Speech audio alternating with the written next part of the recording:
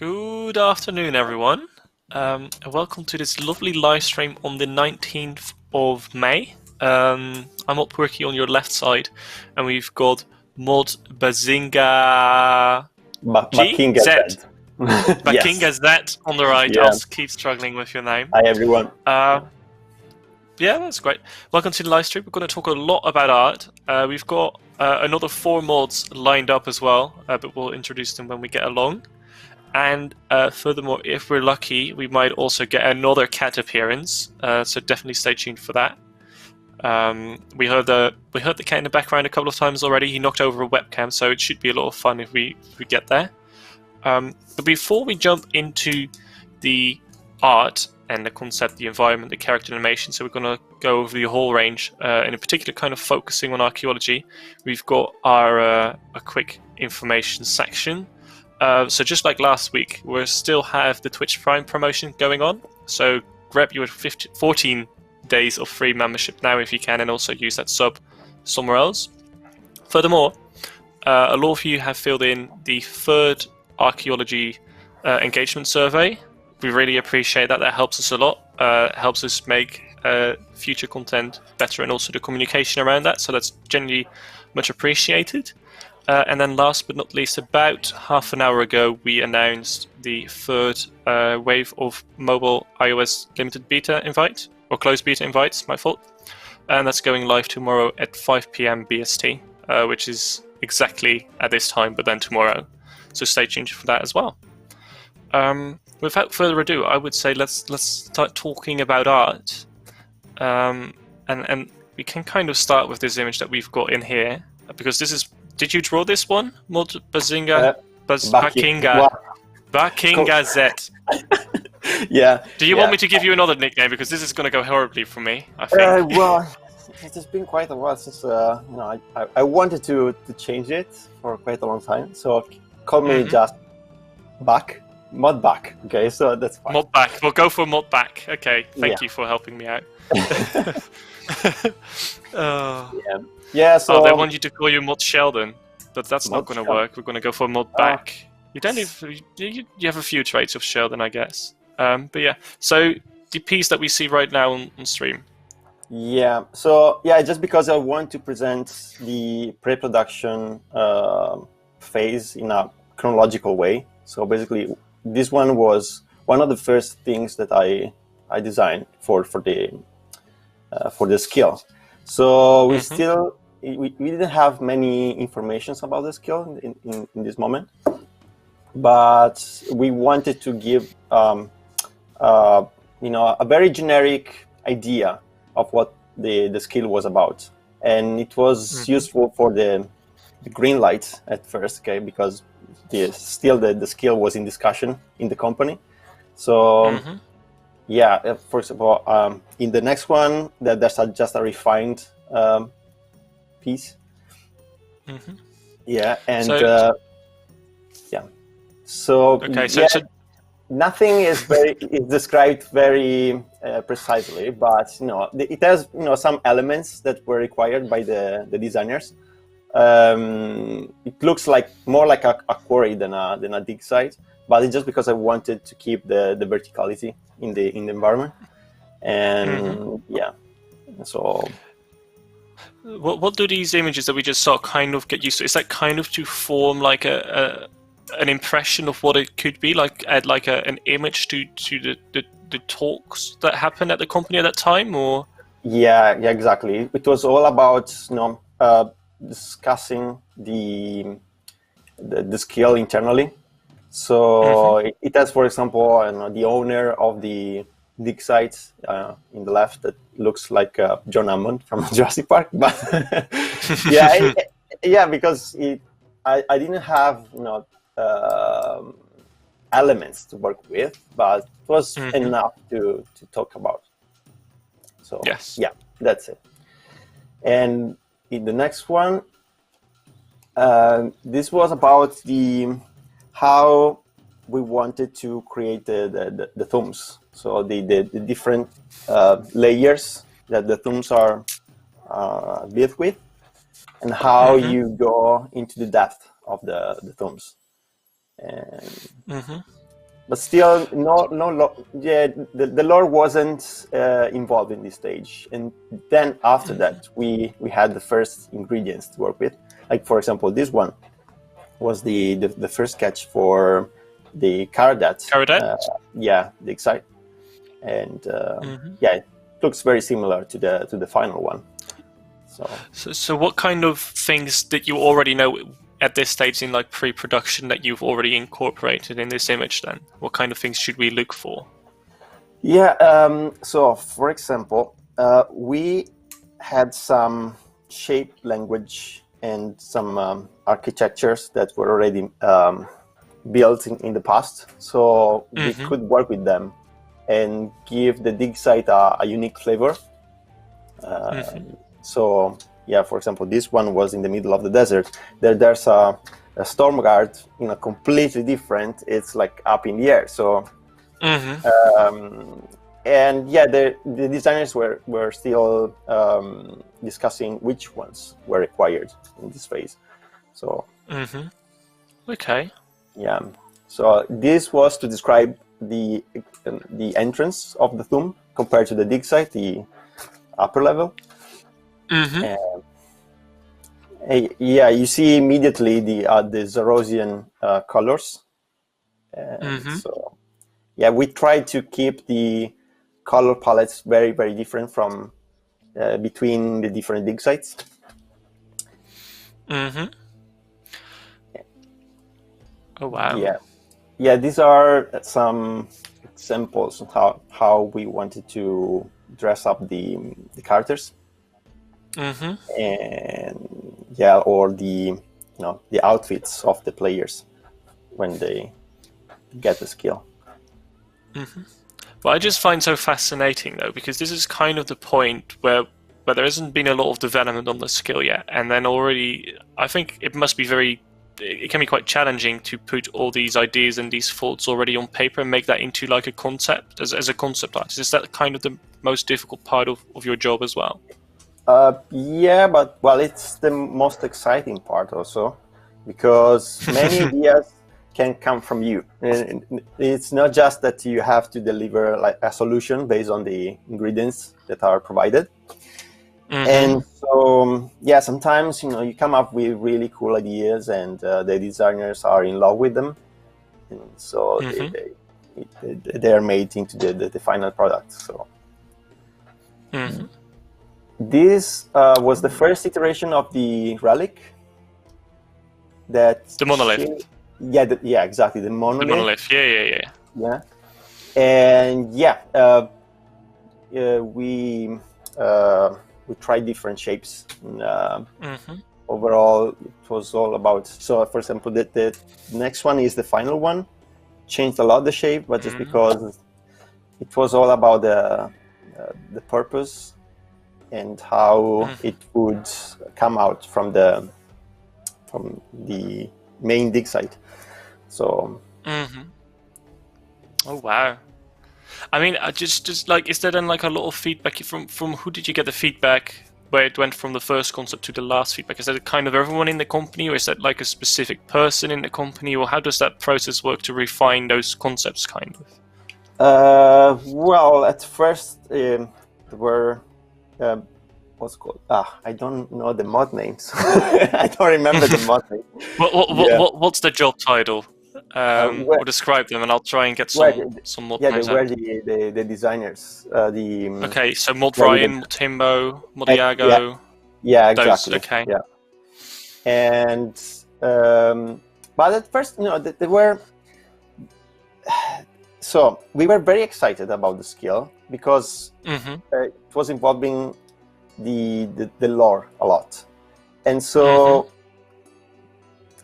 it's really cool to just watch to basically research what was already created and trying to give a new unique flavor to them, and also they were very inspired by our concepts, and we were inspired also by their ideas.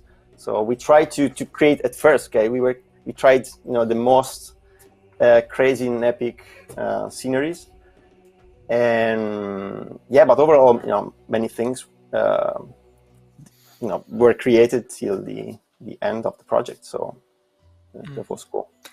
Yeah. You mentioned a bit about the lore, that it kind of heavily influenced the concept as well. Is that like a lot. How does that make the project easier or more difficult for a project where there's no lore involvement? You can kind of go as creative as you want.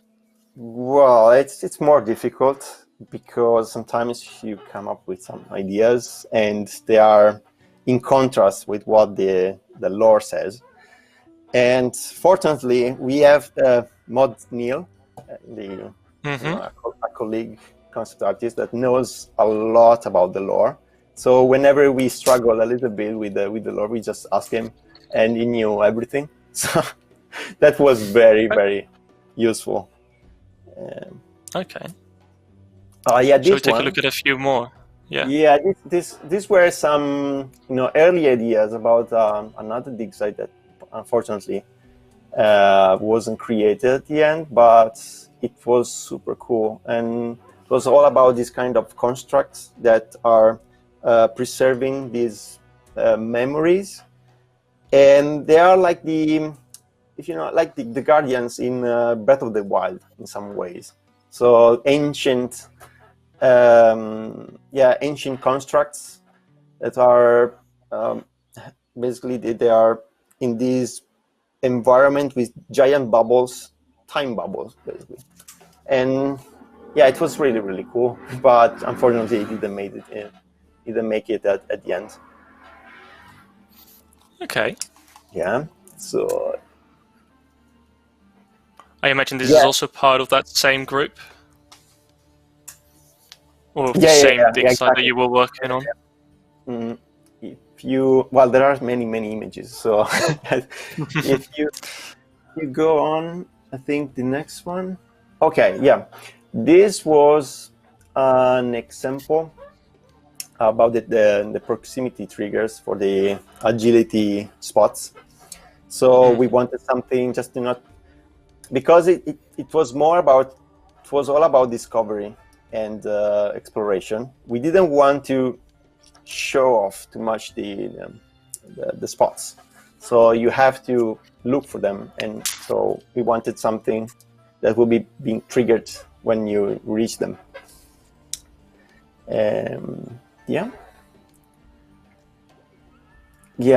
Some examples of the Arcanite. I don't remember the final name. How was it? Excavation spots. Excavation sites. Yeah, but the material that you gather at the end when you excavate. Zerosian insignia? Are those? I think. Well, let us know what it is in the chat. I would say. It's interesting to see that we also.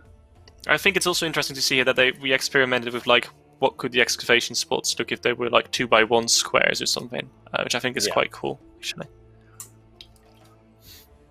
Exactly. Okay, yeah. So we're moving to Everlight. These were the first sketches about Everlight, and we still didn't know the exact spot of the dig site. So first, it was about a giant mountain in the middle of nowhere, or a sunken tower, in the middle of the ocean. And so these were still very early ideas before having like the perfect brief. Okay, a lot of players are thinking that sailing is coming because you added lots of small little sailboats on the images here, which is quite nice. Wait, sorry, what? If you go back to the previous image, you see a lot of small sailboats on there, or on the top, the right image. So they're thinking that sailing is confirmed right now, and of course, sailing is confirmed. If that's absolutely the proof. So yes. I don't know. I'm not allowed to say anything, so.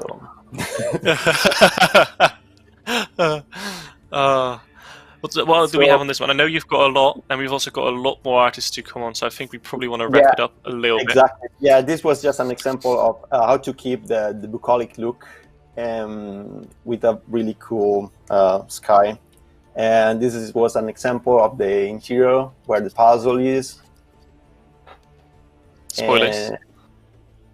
Yeah, and so these were the mosaics that I did for keeping the differentiation between the tribes. Mm-hmm. Yeah, each one described a tribe basically. So yeah, yeah. So these were the first sketches of the Infernal Source, and we were discussing about the kind of moods and atmosphere that we want to recreate here.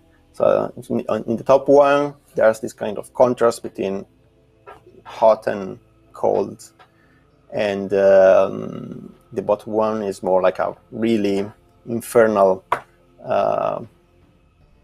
atmosphere. So with lava pillars and exactly what exactly this was the second stage.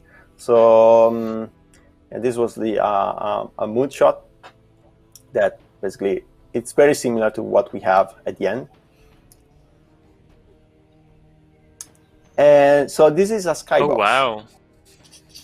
And this had a lot to give a lot of depth to the environment. And yeah, they need completely the epicness of the. It made it complete. It made it complete. I played it without the skybox, so when there was another skybox, and it was already really cool. But then once the skybox got added in, I was like, it's another wow. thing. Yeah, exactly. Yeah, I totally agree. This was the first iteration of the bottom platform where the demon is, and there was also they spent a lot of time to figure out the formation of the dragon shapes at the bottom, the dragon heads, and because sometimes they look cool from a point of view, then you see from another point of view it sucks. So you have to go back and try to figure out how to make it work. Yeah, and also there were the symbols, how to unlock them. Yeah, it's such a shame to see all this amazing concept art, and it kind of never really sees the day of light, or like it's all inspired on all these concept arts, but you never really see the concept art. I think it's just really cool. I'm just amazed. It's normal. We don't feel attached to what we do. It's just a process. So it's always like that. This about Karadat. This was a visualization in 3D about basically how to merge the caves, the rocks of the cave and the buildings. And probably it was too epic, but the atmosphere was already there, and I think it helped a lot on how to find a solution at the end. So about the prison. So also about this, we had a very generic brief, and so we came up with different ideas at first. So we were thinking about something about a magical seal, or some kind of gooey material coming from the prison, and keeping the demon inside. Yeah. And in the other one, this was a bit silly, but doing it. And because I was thinking about these kind of cages. So piercing a body, and so you see the blood dripping from the body, and keeping the body detached from the soul. And when there's no blood anymore, they are thrown into the grinder at the bottom. But it was too much. It was silly. It's a bit sinister, I feel like. Yeah, almost. Maybe I was very moody probably that day. So. Yeah, and also, this one has the last iteration. Yeah, it's very iconic and it's very cool. Cool. Yeah, this was the puzzle. The prison door. How to reach the next stage.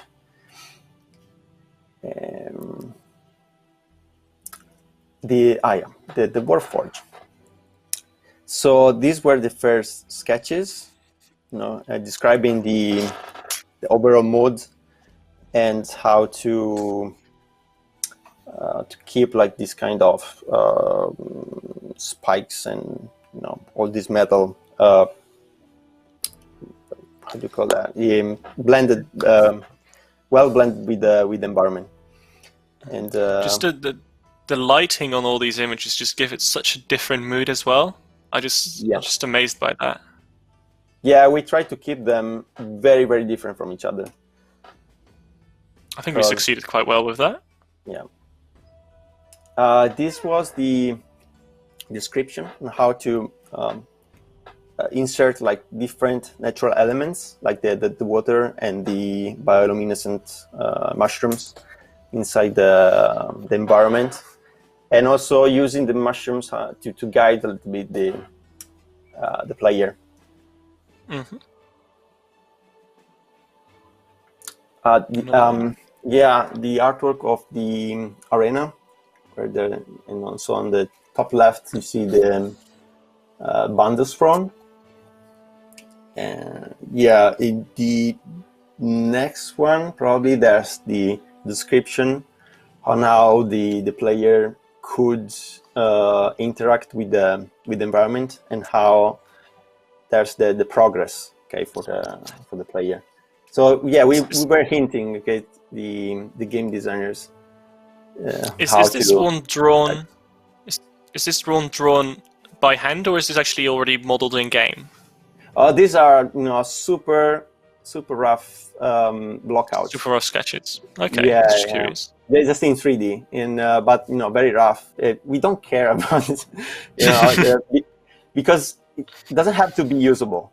It has to be just of a guide for the 3D artist. So, and that's it.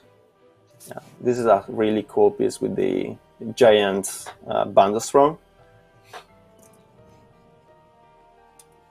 Just love him. Yeah, and many skulls that that has been used in many different dig sites because they were required. Of course, it's all about archaeology. So each dig site needs its own skulls. Yeah, it makes sense. The dwarven architecture. So yeah, Mod Nicepence worked on it, and because we needed something new than what we already had, because the designs about the dwarven architecture in game are really old. I think there's Kalka Dream, and everything looks like waffle shapes. So yeah, we needed something new, and I think he nailed completely the visual language. Yeah. This is an example. This is Everlight, I imagine? No. This is still the Warforge. Okay. And but so basically it's an overpaint, just to describe how to dress up the environment. It's to give where to put the mushrooms and spikes, just to provide some kind of progress in the environment. Oh wow! It is there we go. Stormguard. Yeah. So this is the one where I mainly worked in, and these were the first sketches, and we didn't know exactly what was about, and so in this one I already had some elements to work with. So I was thinking about how to blend the already existing Aviancy architecture with the with a Tibetan flavor in it, and I wanted also to blend in the Tesla coils, and because I wanted everything to be electrified.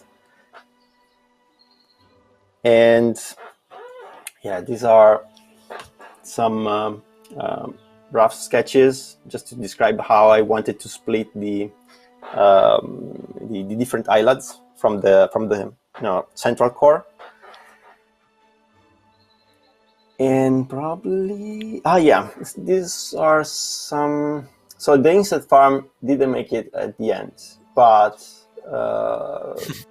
we were thinking about different destroyed buildings to put inside the environment.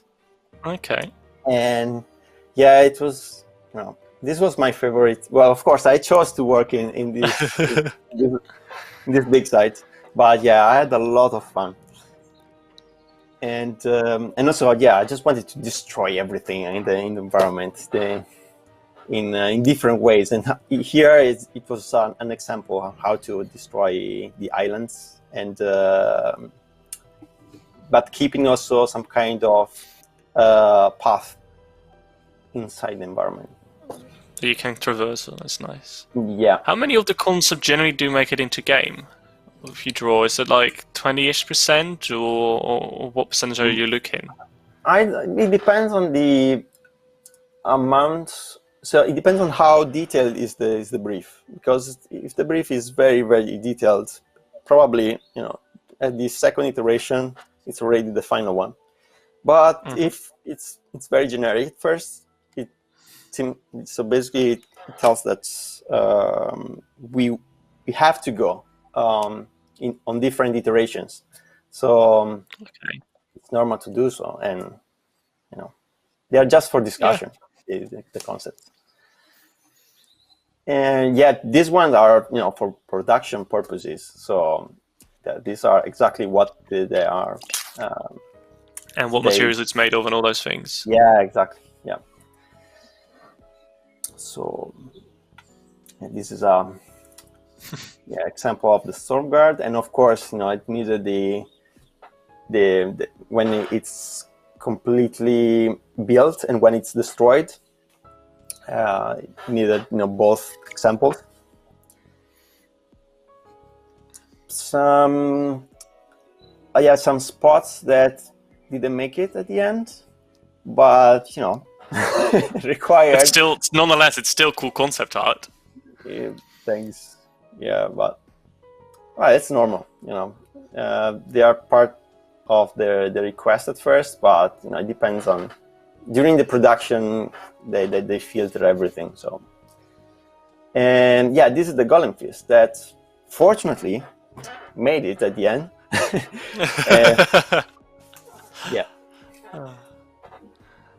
It just all looks so stunning.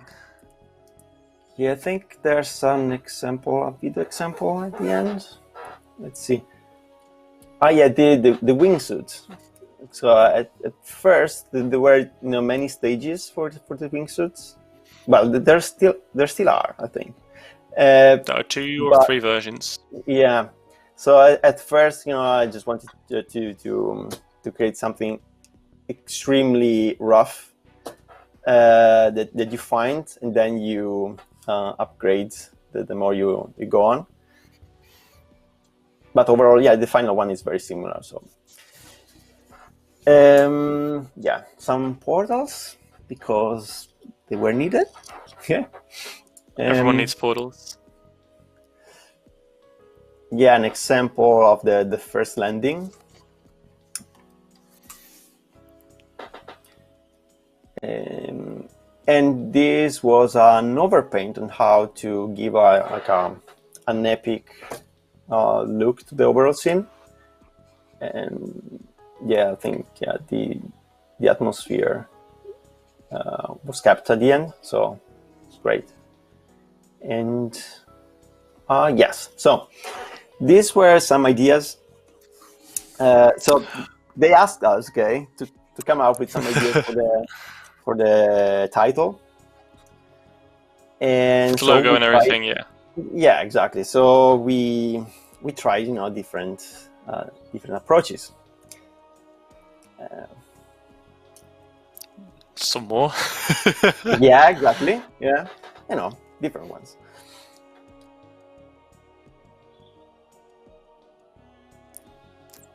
Yeah, because sometimes they ask us to help a little bit, and that's fine. Here, this was made a long time ago, before the lore was set. So yeah, they asked us to create some kind of poster. Those posters of Lucasfilm, made by Drew Struzan.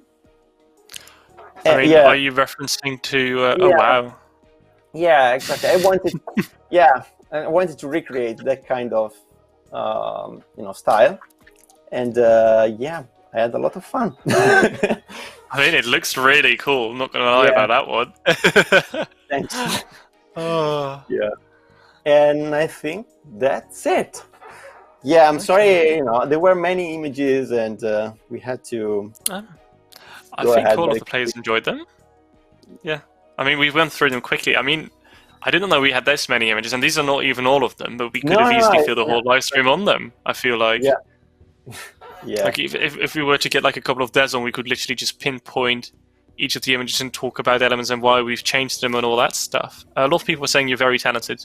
Well, thank you. This is you and the others of the concept art team as well, right? Of course. Yeah. Where fortunately, we worked, together in very well, because we had to share many ideas, and they were required. So. Can they find you on Twitter as well? Just checking. Yeah, Bakinga Z, mod Bakinga Z. Make sure to follow him if you want to see some. I think you've tweeted out some in the past, so stay tuned for that. Thank you very much for showing your work. Really. Just one quick question. Yeah. What is your favorite piece, or what is your favorite bit about archaeology? Which one, or what? Well, but just because. So I mainly worked on Stormguard, and so yes, Stormguard of course is my favorite, and so but that's not fair, I think. It has a special place in your heart. Yeah, of course. Yeah. All right. Yeah. Well, I have also a little thing to say, because so when they prepared the brief, okay, I remember. So they talked about Howl. Okay, to be like the main engineer in Stormguard, and I thought, oh wow, it feels like Laputa, and also it has Howl in it, so it feels like a Studio Ghibli movie. And apparently, I was the only finding the reference apparently. So. Okay, nice. Yeah. Cool. Thank you very much once more, Mod Bazinka. Bakinga Z.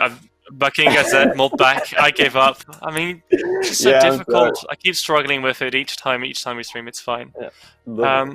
Thank you once more an awful lot. And now we're gonna try some magic, and we're gonna shuffle you out for someone else, I think, or I swap out. I don't know how it's gonna work. We're gonna see it on stream now.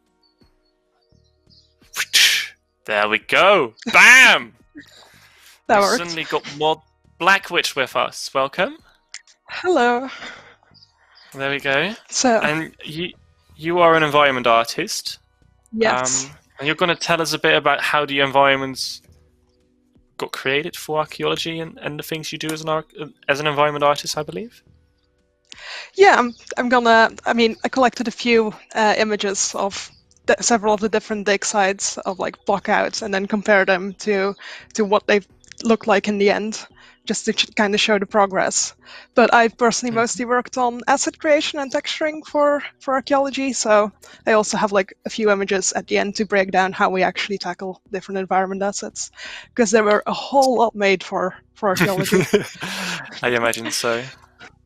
Take it away. So yeah, so the first images I have up here are obviously Everlight, although in a very early and rough form. I messaged the other environment artists today and yesterday asking for images, and they dug some up. And this is what it looked like. I mean, You can probably kind of recognize a few of the areas, but yeah, basically all of this was just white box blockout stage. So like probably made before concept art or during concept art stage, so that then it gets used to like do overpaints and just kind of see like the size of things and where everything needs to be, and then just creating environments is a very iterative process. So it just starts with these very rough blockouts that then and then constantly there's a back and forth between devs and environment art and design and concept on how to make things look good and feel good for players and meet all the requirements that we need for it like to work for the skill. So it's and just even simple things like making sure that from every angle, if you look, it kind of works, and it's not just you constantly have to rotate with things in front of your camera. But yeah, if you can go to the next image, it's just like a few of then the final version of Everlight, just for a comparison of how different it actually looks. Different. That is so yeah. different. I'm just amazed. The only previous image, so from like how long before Archaeology release was it? Is that like at the exact same time as pre-production? I'm not entirely sure. I mean, I've only been at Jagex for now 7 months and a half, and I think Archaeology was in the works for 2 years. So I wasn't. Everlight was one of the first dig sites that were created, so this is probably like quite a while ago. Quite a while ago. But like the dig sites were all created not all at the same time. So like Stormguard and Warforge, for example, were done not too long before it came out. But Everlight had been there for, I think Everlight was about finished by the time I joined, so these are definitely over a year ago. Cool. But yeah, if we can go to the next one then, which is just like the guild area as well. Like that one already existed in game, but needed to go through a lot of different stages as well before we actually have the Archaeology Guild like it is now. And then just like a lot of different things, like stupid, simple things of what kind of parts we will use, like what kind of stones and stuff to make it look readable, and oh no, do we need to move these trees and rocks and stuff to make sure that parting goes nicely. But yeah, if you can go to the next one as well, it's just the finished area. I know in particular about the guild one, you can already flip to the next slide as well, but there was a lot of thought as well from the environment perspective to how can you make it work that the dig site quest is still there and it still works for that as well, while at the same time being able to do archaeology. It's just really cool to see all these kinds of things, because if I'm correct, and you're probably able to confirm that, is that the dig site quest areas are kind of a bit fenced off and they're not in your path and all those kinds of things? Yeah, indeed. I mean, I did some mapping for this area in particular, but yeah, I mostly was working on assets and textures. Okay. So yeah, these are some very nice blockout shots from Caradet with some nodes made as well. But one that I got as well that I didn't add in the end was just like a wall with then a block that was just the entrance to like Caradet underground, which was beautiful. But yeah, here it kind of goes like, when you get a concept, you really need to think of, all right, this looks really good, but what can we actually achieve with our engine and with our time limits that we have? Because we had to make 5 dig sites in quite a limited amount of time, and all of them are pretty big, and they're all completely different as well. So we couldn't really swap out things for it, because they all had to look quite distinct.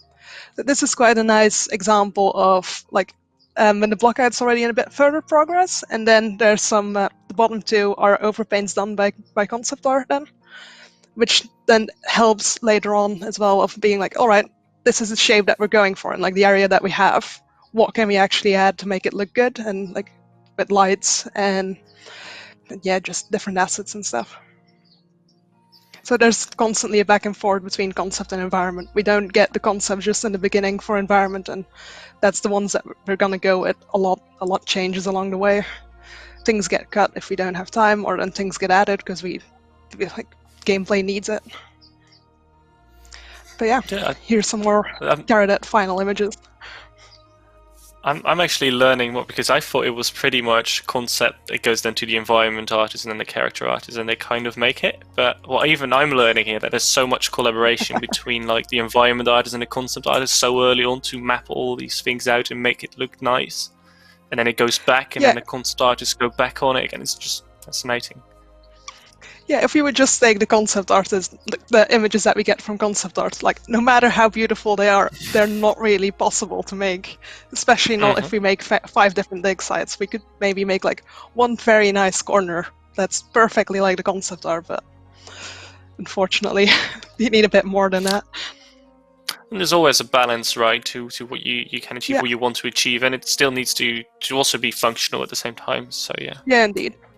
So these were some blackout images from Stormguard, and I mean, Stormguard is a really good example of like how all the different area, like dig sites, always come with their own like issues, kind of. So in Stormguard, you can fly around, and that got with the issue of like, all right, you can fly, but how do we practically do that? So, like all of the space where you could fly in the air had to be mapped out, like with a height map. So basically what you do is you just walk on the height map, but it's invisible. There's no ground, and it's just a flying animation playing. But even though you can't see it, well, Alex had to like map every single thing out and walk around there and fly around and make sure that you don't suddenly like go way down to the ground or shoot way up, but that everything goes nice and smooth. But Do yeah, we have an image of that? Oh, we're not by any chance. Oh, we don't. That's all right. no, I don't think so. It's quite a shame that we always build over the same environments. So in the end now, if I load up the game or if I load up the engine, we only have the final environment. So these images were just like going through chats and seeing which ones have been posted in the past, or if people just saved out images. We don't have the different states, we just have the final version now. But it's quite nice, because you always work on the same one, so it just starts with a blackout, and whenever you make something new and add something new, you can see it go like the whole way and the whole progress, and every time you add like a new asset, like even something like buildings or walls or pillars or so, if you then swap out the blackout version, you then immediately see the upgrade, which is quite nice. What's the most satisfying part about like being the environment artist and working on the environment? Is it the end product or is it something else? I think it's the end product. Like the final few stages, sometimes even just doing like a little bit of polish when everything's there, and if you then just swap out some things for nicer things, makes such a big difference immediately. That it always just it does a lot, and it's nice as soon as you see like big visual differences. So yeah, I think actually the Infernal Source and Stormguard are probably both my favorite dig sites. I can't really pick between the two, but I like how unconventional almost they are for archaeology. I mean, you don't think that you're gonna go dig like archaeology in the sky or in hell like here, but I like the different views that you get everywhere, and here especially with the Infernal Source, I like that you can always just like you have quite a lot of verticality, which we haven't really had much before in RuneScape, and it's really nice to be able to look all the way down and see all the different areas. I can imagine that brings a lot of challenges too, or doesn't it? Yeah, definitely. You need to make sure that even though you see a lot, like the game still needs to run smooth as well. So you can't put too many things there, and everything needs to be optimized, because otherwise, yeah, nothing will work anymore. But I'm probably also a little bit biased because I mostly made assets for the Infernal Source and for Stormguard. Oh, it's alright to be biased, I think. Yeah, definitely. So yeah, this is just like a small example of some of the assets that we use for archaeology. So this is about half of a map square with assets, and we had 3 of these. I tried to take some screenshots, but like today, but working from home. And a lot of these you've been texturing, and yes, a lot of these you've been texturing and stuff. Okay.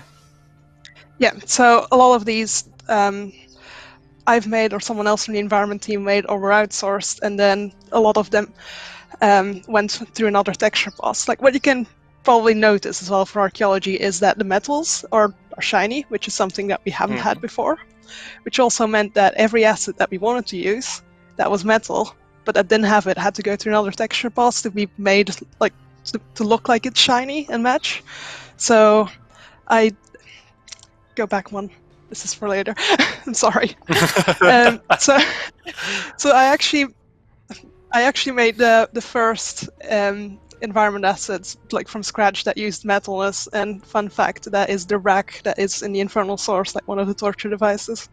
That was one of my first assets I made at Jagex, and definitely immediately made an impression. But yeah, that also then meant that all these assets that we reused had to be retextured, which it was fun to do, because you immediately, again, as soon as you add that, like for Warforged, for example, I went over all the different assets with and added that metalness and that last pass of polish, but they were already mapped around. So as soon as I changed that, you immediately saw a difference, and it was really nice to then look around and be like, oh yeah, this looks really good now. I mean, I think it's not something you would point out, but like the shininess on the metal, or like the small impact the see-through glass has, the colored glass in Keradet, like they add so much coolness and a wow factor to all of these sides, in my opinion. It's just amazing. And it was definitely something we had to like experiment with a bit. In the end, we had set materials and set values for the different metals, but it kind of had to, all of that had to work in all the different areas, like preferably both old and new areas, which are made quite differently, and the light setup is different as well. So it had to look all right everywhere, but then again, we didn't want it to look too realistic, because this is still a stylized game, so it's quite, it required quite a bit of testing, but I think we got there in the end. I'm quite happy with how this turned out.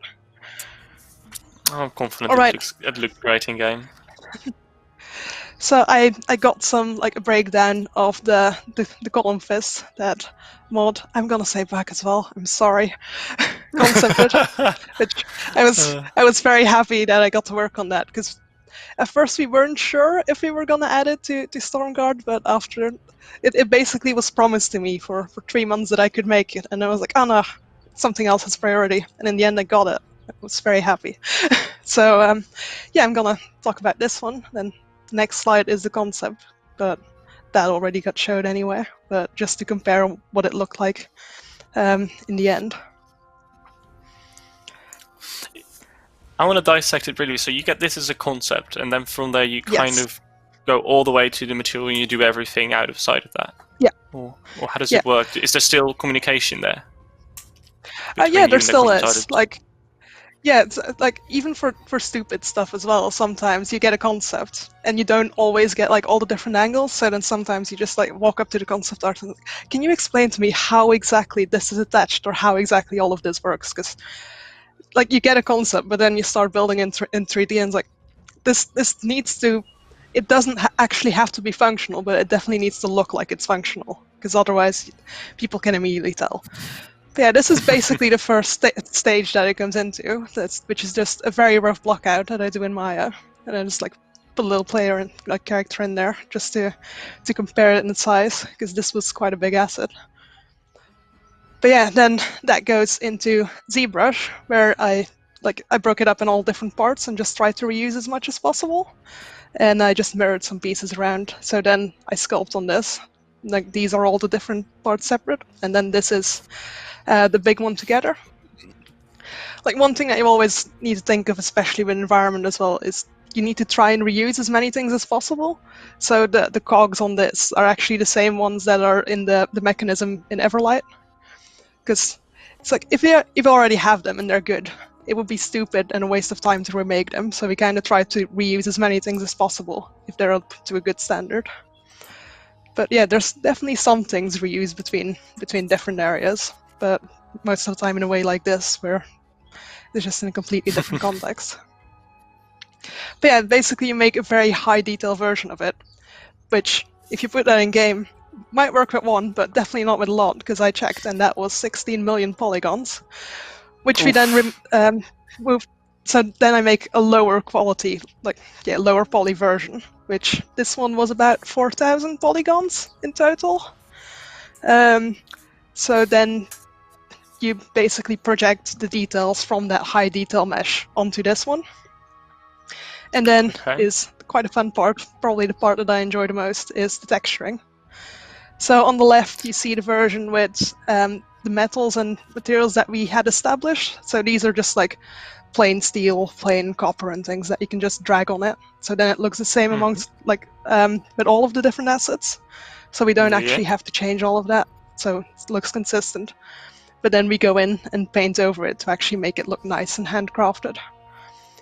And this is a little breakdown of the different textures that then go into it. You also still have a normal map, which I didn't add, but this is just to show like how rough and shiny things are, and then to define if things are metal or not. So on the left, you just have the color.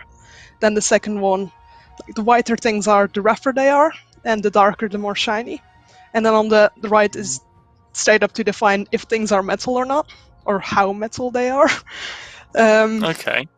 So Rust, for example, has a way lower metalness value than straight up steel. So you kind of have to go in then and make it so that your Rust is not as shiny as the rest, because otherwise it looks very wrong. So this, for comparison, is then another asset I made, which has stone instead of complete metal. So there you see it, metalness map there is just straight up black. Black. And then for Nice.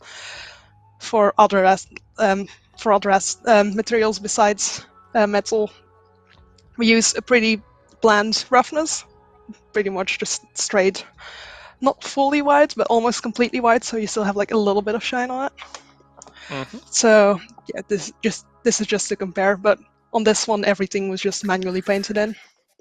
And then this was Just looks the amazing. final version of it. I was really happy I got to make that.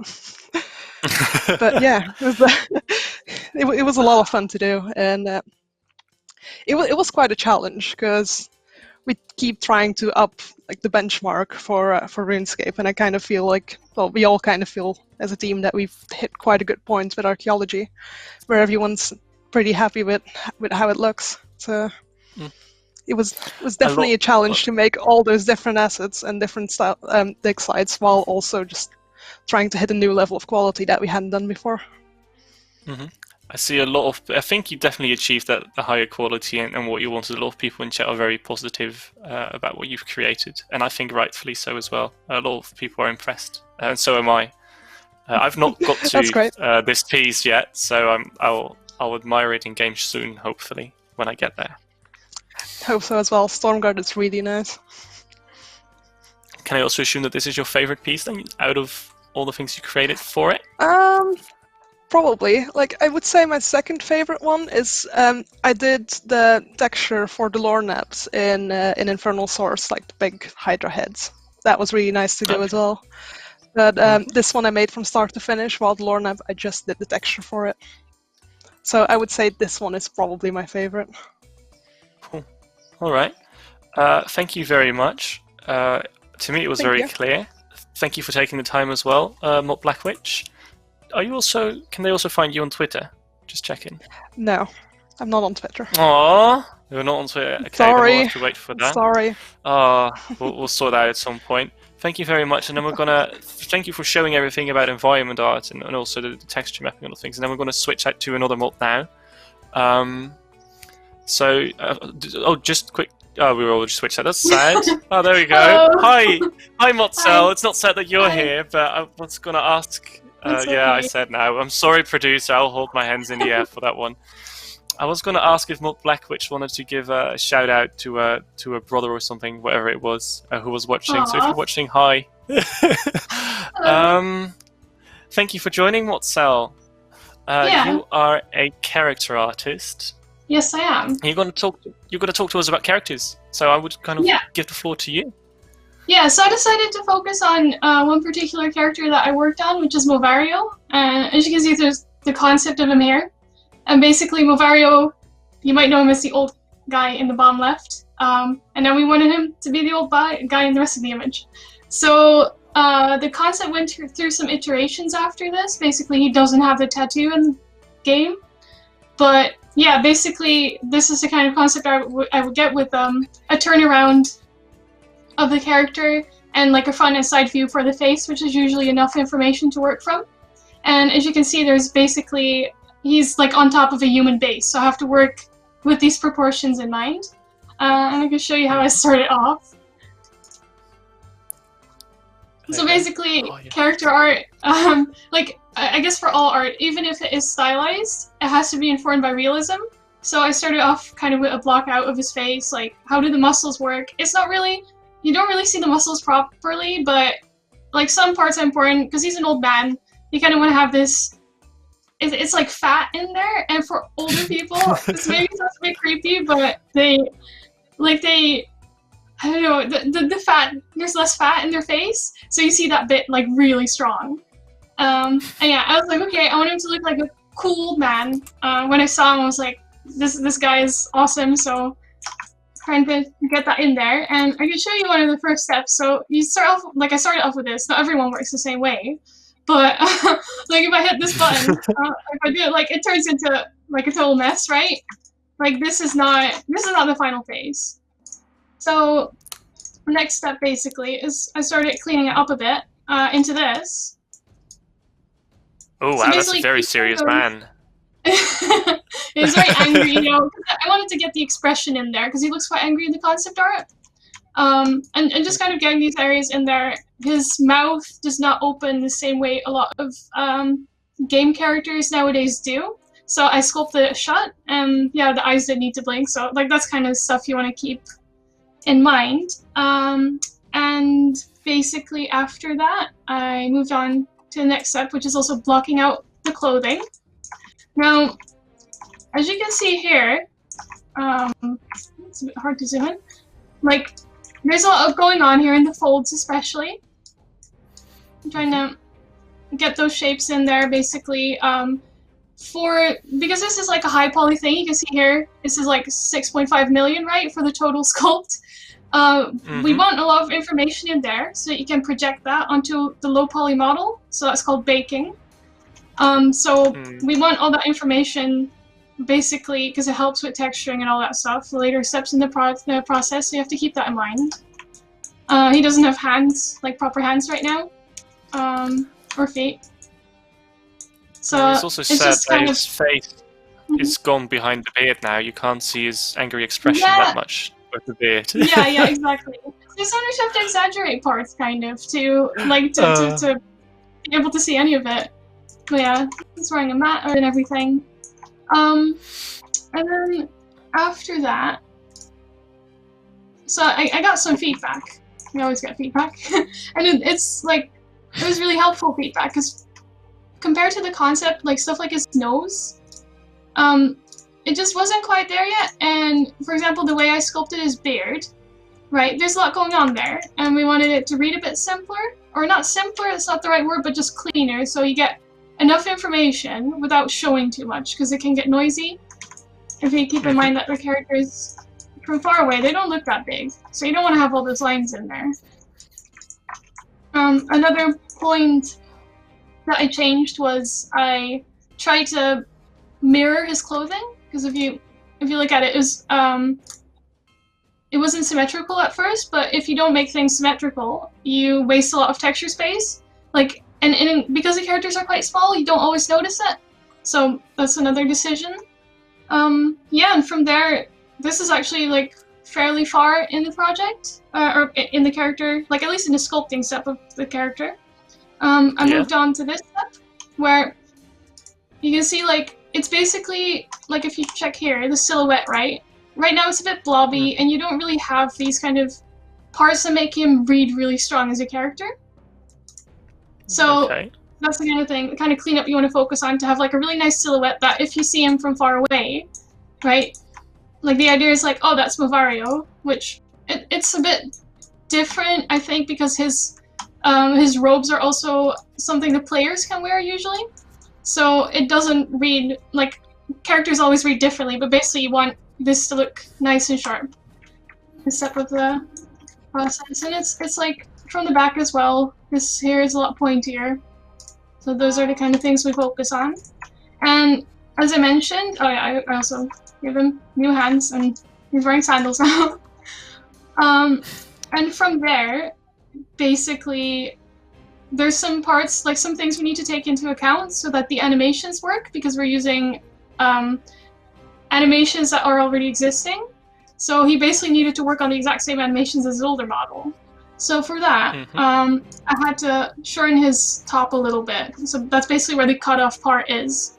And it makes him look a bit more imposing as well. So I think it's a fun kind of, like, it can add to the character's personality too.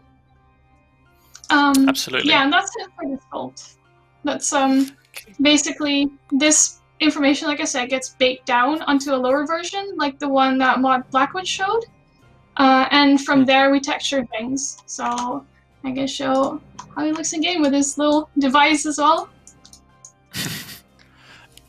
Can I just first of all say that I am surprised that there's so many things that go into making a sculpture, like even like how do you view it at a distance, and like with like his, how does he look with his shadow and all those things. I'm just like, for me it's like just, I would, if I would be in your shoes, like just create a character and you just make it like a human, but there's so many things you need to think about. It's just, I'm just kind of amazed, really. Yeah, I think it's a lot of fun. Like, there's a lot of problem solving involved in character art, and that's why I like it so much. Because you want to keep busy while you're working. You don't want it just always to be the same thing. So yeah, it makes it an extra fun job, I think.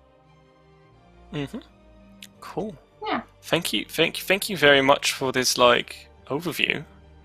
Do you have another character or something you wanted to show, or want to keep it with Melvario?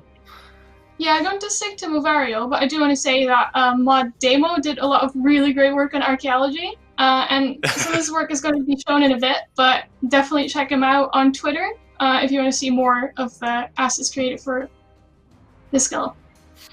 Okay, cool. Thank you very much. I know I'm conscious of time, but I'm still going to ask the question: is the cat still in the room? No. Okay, she jumped down. I think because the sunlight's gone, she doesn't want to be here anymore. Oh, okay. So just for those who not when I'm gonna tell it because I think it's funny. The cat was somewhere on like a bookcase, something like that, and jumped down and actually knocked over the webcam when we were all getting ready to set up. Which I find very hilarious. But yeah, thank you very much, Motzel, for sharing all this. Are you on Twitter? Yes, I am. Yes, you are. So Jagged Cell, which is SEL. Yes, not to be confused with Motzel with a C, who is one of our QAs. He's also a great guy. Cell as in salt, I believe it is, right? Yeah, like salt in French. Yeah, I know my French. Yes. Thank you very much. Then we're gonna, if you nothing else does, we're gonna do one more swap, and then we're gonna talk about animation. So I'm gonna say now, and then we're actually gonna do it now. There we go. Smooth. This is so smooth. We got this. We're getting better at it. Hello, Paul B. And with you, we've also got Mod Wing, if I'm correct. Hello. Yeah, there we go. Hi. And you two are going to tell me about animation, which I just love. Yeah, we're going to go and through. I kind of want to. Mod Wing's going to go pass through to you. The environmental stuff, and then I'm going to go through the Archie mummy pet rig and animations. Okay, cool. We're going to get the videos in a second. Give it a minute. Our producer's hard at work in the background to make things swap in and out. We had a lot of cameras and PCs. There we go. We've got a video in. Take it away. All right. Yeah. So so I'm just going to go through kind of quick process of animation. What we do in animation. So just taking the flying animation that we've made for archaeology. So what we have here is just a very quick block out of the flying idol and also the jumping into flying idol. For animation, before we start, we usually do some like research in references, or we might do some like kind of like acting ourselves, film ourselves acting, or do some pencil tests, depending on what the animation is. So for this one, obviously we can't really act it out because we can't fly, but we did we looked at kind of bird animation references, so looking how their wings work, etc. So for this blockout stage, it's just really simple. We get down the keyframes really quickly, and then we just give that to the devs to plug it in game. And then for the devs, so they can see it in game. We can see it in game. We can see what problems there might be, and what any kind of feedback we can do really quickly, because I've probably only spent like 30 minutes just doing the animation. So, if they didn't like it or they suddenly didn't want to have any flying animations anymore, we haven't really lost that much work. Okay. So once all that's covered, everyone's agreed on everything, then we kind of polish the animation up. So if we go to next. Wow. So this is the more polished animation for the flying. So this is the animation that you see in game in Stormguard.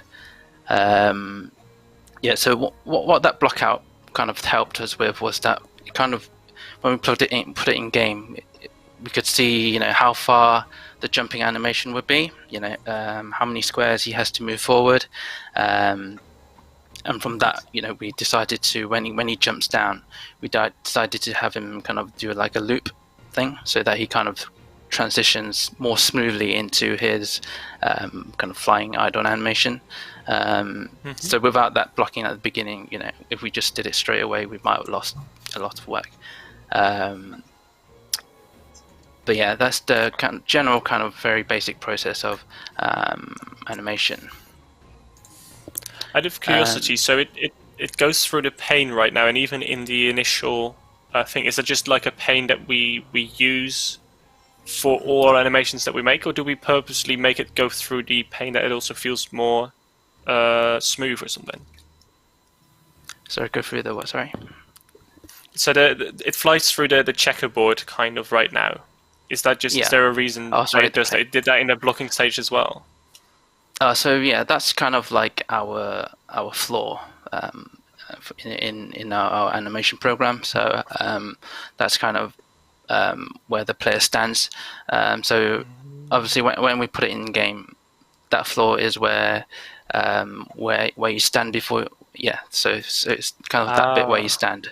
So when he jumps down, he's going to go through the floor because it's diving like into the air. But yeah, so I mean, for archaeology, it wasn't really very heavily focused on animation. So usually we have loads of different characters and NPCs to animate with. But for archaeology, it was more focused on the environment work. So this is kind of the final flying animation, which we should see soon. So that's the kind of end product. But yeah, so going back onto the environment stuff. So we've done environment animations before in RuneScape, but we've never really like spent a lot of time on it before, or had a lot of focus on it before. But because archaeology is very kind of environment focused, and then environment artists did an amazing job with all the areas. We too want to kind of add to it as well, just to give the whole environment a lot of life, and I think it's something that we really want to carry on into the future as well, just to not only tell stories with the characters, with the NPCs, but tell the stories with the environment as well. So yes, it's something we've wanted to do for a while, isn't it? And something we want to add to the whole game world, gradually in the future. And this just happened to be the project when we had the time and the resources to say, right, let's actually do that and see what we can get out of it. Mm-hmm. Yeah, I mean, is the crow that flies away an example of that as well? Yeah. Yeah, so, exactly. Yeah, and these kind of look like very subtle things, but they add so much to the environment. I mean, the crow's flying away, and when you approach it, it's not something new. We've always had these in game, but I think this time we've kind of really focused on loads of environment stuff all together in one single place. So that kind of, you got the subtle trees, well, not subtle trees, they're quite windy, but you got all the kind of electricity going on, all the different buildings in the sky, animating and moving. It's something that we really want to kind of carry on with, in the future. Mm-hmm. There's a question from someone in the chat who's like, what are the odds of that some of the animations that we've made for archaeology would, for example, be used for a cosmetic again in the future? I mean, there's a very high chance. I mean, even for archaeology, there's quite a lot of reuse, but things like the trees, we can reuse them. We can tone them down. We'll look into that a bit later, but we can tone them down. They can be reused in other areas. You had the little plants; they kind of move about as well. They can also be used. The birds flying off. We plan to do so much more of these kind of interactive kind of things in the environment. This is kind of just the beginning. Hopefully, it'll get much better in the future. Cool. And you get a big thumbs up as well. Yeah. Poppy, you want to show something, I believe? Yeah. Or do we have more images? There you go. I think, do we have more from you, Wing? Oh yeah, sorry, yeah. We can go to the next video, the dynamic stuff. So this, going back to the tree. So for archaeology, we had a chance to do some kind of R&D on kind of new processes. So we've been working in Maya for the last couple of years now, and Maya's got a really powerful kind of physics simulation. So we thought, we'd try and get the Maya simulation into our game. So this one was for the tree. So this one we're using then you see the black line in the middle. That's kind of Maya's kind of hair particle system. So it's kind of like it simulates a hair. So we've kind of put that on top of our existing rig, and then with Maya's different kind of sliders, you can add gravity to it. You can add kind of different wind speed, and it's just about really finding the right settings to make the tree how we want it to look. Obviously, RuneScape is not like an ultra realistic game. We don't want to make it ultra realistic. We have to find something that makes it look right to the RuneScape style. So yeah, that was kind of the challenge for this. The other challenge for this was also trying to get all that data of this physics from Maya onto our own rig and then into our game. So just trying to find a way to do that. So I think in the end we used some constraints. We managed to kind of parent our own rig onto the Maya's kind of dynamic rig, and then which means that our rig kind of copies all the rotations, copies all the movement of the dynamics rig, or the motion, and then from that we can kind of break down all that data into animation frames, and then after that we don't need the dynamic stuff anymore. We can just use the animation frames and export it into our game. You nailed it. A lot of people are commenting on how wiggly the tree is as well, but I imagine it's sped up. This one is I just did a quick test just to show kind of like just by moving a slider how much you can move the tree about. So this isn't in game or anything. It's just something this test that I did in Maya. Okay. But yeah, like I said before, this is quite a very new process for us. So we're still learning. There's still a lot of refinement for this process as well. So hopefully it will improve in the future. Cool. And then if you carry on, we use some other kind of physics-based simulation in Maya. This is for, I think I can't remember which area this is for, but it's when the rocks kind of tumble down and blocks the cave. Warforged. Thank you. So and then this is like another kind of physics simulation. So in Maya we have to kind of like duplicate the environment of what you see in the game, and then from that we can kind of simulate the rocks kind of falling down and hitting the environment and moving in a kind of semi-realistic way. But it's very, very interesting process, this. Looking forward to making more stuff with it. I imagine it's a fun thing to play around with as well. Yeah, it is, yeah. A lot of research, but it's quite fun, yeah. Cool. Did you have more? You wanna I show? think that's it. That's it from me. Cool. Then we'll make the switch to Paul B. I think. There we go. Okay, can you see that? Boom. Okay, thanks Modwing. So, this little guy, as I'm sure you all know, is Archie, the mummy pet. Essentially, we were looking at making a cute pet for archaeology, and we also wanted to develop a rig that would work for all the children characters that we are make in the future. So rather than constantly making, reinventing the wheel, making new rigs all the time, we want to make rigs that are reusable. So anything that's a child or child proportions will now use this rig. So he's a cheeky little guy. Basically, it was a bit of R&D into, as Modwing was saying, we're not hyper realistic in our game. We want to kind of base stuff in reality, but then really stylize stuff and add the kind of RuneScape fun to all things. So this character being no different with his little expressions. But in order to do that, we needed to develop the fidelity of the rig slightly.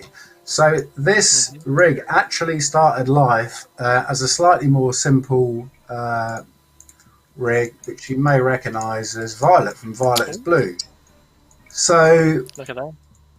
Violet's controls, although certainly not basic, were a lot more limited than what we ended up with. So she still has controls for her eyelids and stuff, but these other controls here we haven't retrofitted yet. So she never had these kind of extra eyebrow and lip controls. She just had like the basic jaw.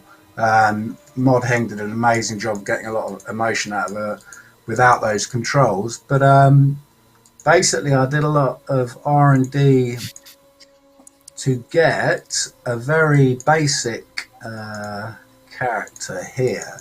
So this is just a really simple base character that would be used for all kind of children. So you imagine that they'd have different hairstyles, glasses, different coloured irises, whatever. But this was the mesh that I used to add these extra controls. So there's loads of little things you can tweak. Oh, great notes. Yeah, so you've got full control over things like shaping, eyebrow shapes and that kind of thing. Let's back up a little bit, all the way down to kind of like pulling the cheeks around and stuff. But you've also got full teeth and the ability to kind of tweak like lip shapes to get kind of different emotions across, essentially. And we're not going to the point where we're creating some crazy morph target super realistic facial rig, but we kind of got to the point where we've got enough for what we need to express, and it's certainly a pretty big step up from what we used to, from the fidelity that we used to aim at. So you can make some pretty weird and wonderful facial expressions. Somewhat disturbing. I was going to say it looked very angry, but now it's suddenly changed. Oh, now we've got Archie looking like, oh, that's insane how quick you're able to switch all these things as well. Yeah, so that's the benefit. Once you've done all the R&D and you've set up the base mesh, then Mod Demo took that basic mesh that we were looking at, this one, and used that as a starting point to make Archie the mummy. So the underlying geometry here is pretty much the same. Obviously there's different texture maps, different materials and color settings and stuff, but essentially it's the same model and therefore the same rig. So it's that reuse that we're talking about. So there's various controls that we used quite extensively with this character to get those crazy expressions. We designed this character and modelled it up, and I'd got to what I thought was the finished rig. And then we started doing the designs for the actual animation, what we wanted to get out of this character. And we started looking at what attacks would be, what the attacks would be, and how the creature would attack, for instance. And we soon came to the conclusion that, seeing as Archie's a mummy, we really needed these extra bits of geometry to be able to fire out and to use use them as the actual attack.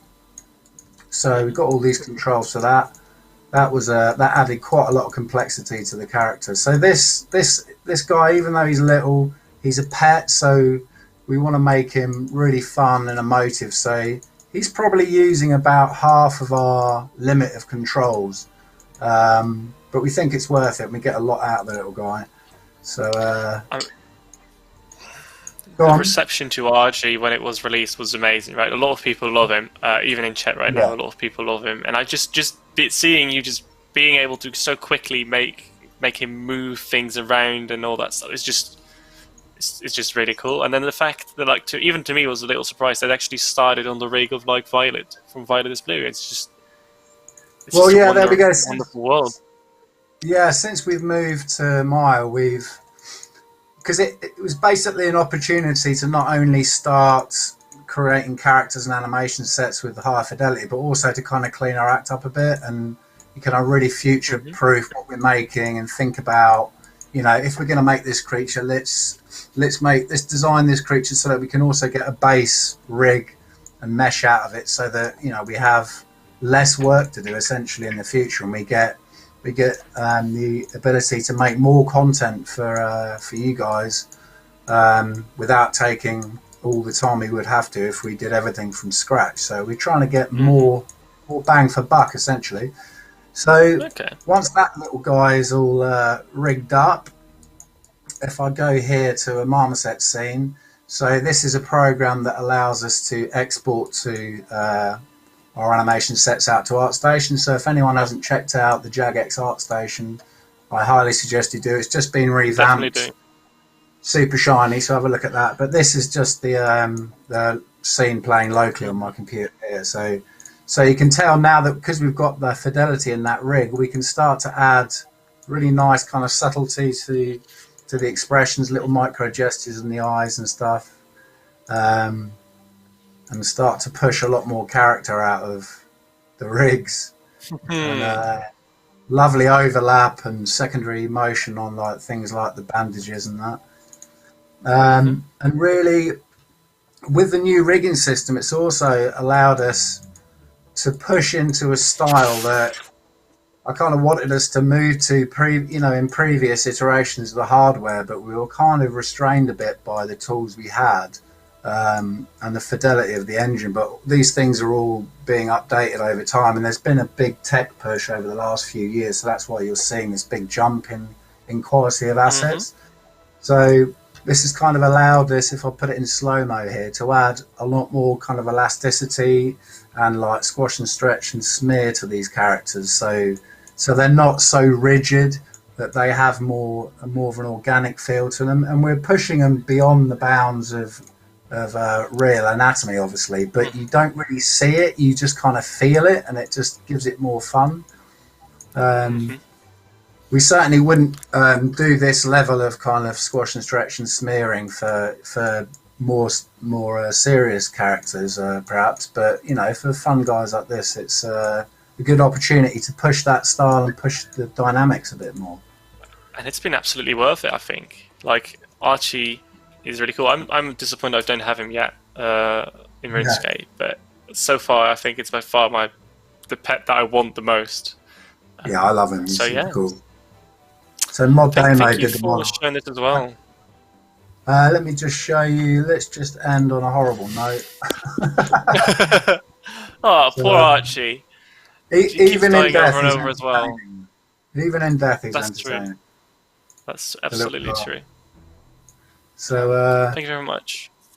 Players can look at this themselves as well, right? This is on artstation.com/jagex. Sorry, say again. Players can find this on artstation.com/jagex, right? Let me check the URL. Yeah, /jagex. That should just take you straight to it. Let's check it. There we go. Yeah, there's the splash page. Yes. Cool. Yeah. And there will be an awful lot of other cool content as well. Just definitely have a look at that if you've got a chance. Yeah, I mean, there's everything from the concept art, environment, characters, marketing, animation, everything. Mm-hmm. Cool.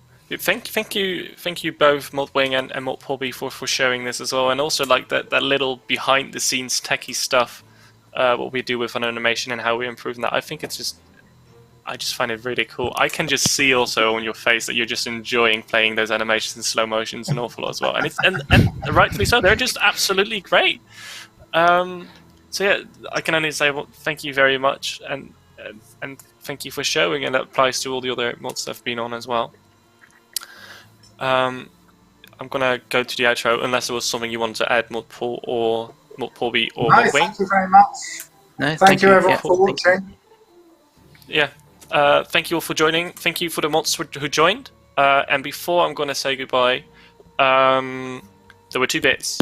Of course, on Thursday we'll be back. We'll be continuing talking about tutorials with mods too, which has been really interesting so far. So definitely tune in for that. And I don't know what the other bit is, so we're just going to leave it at that.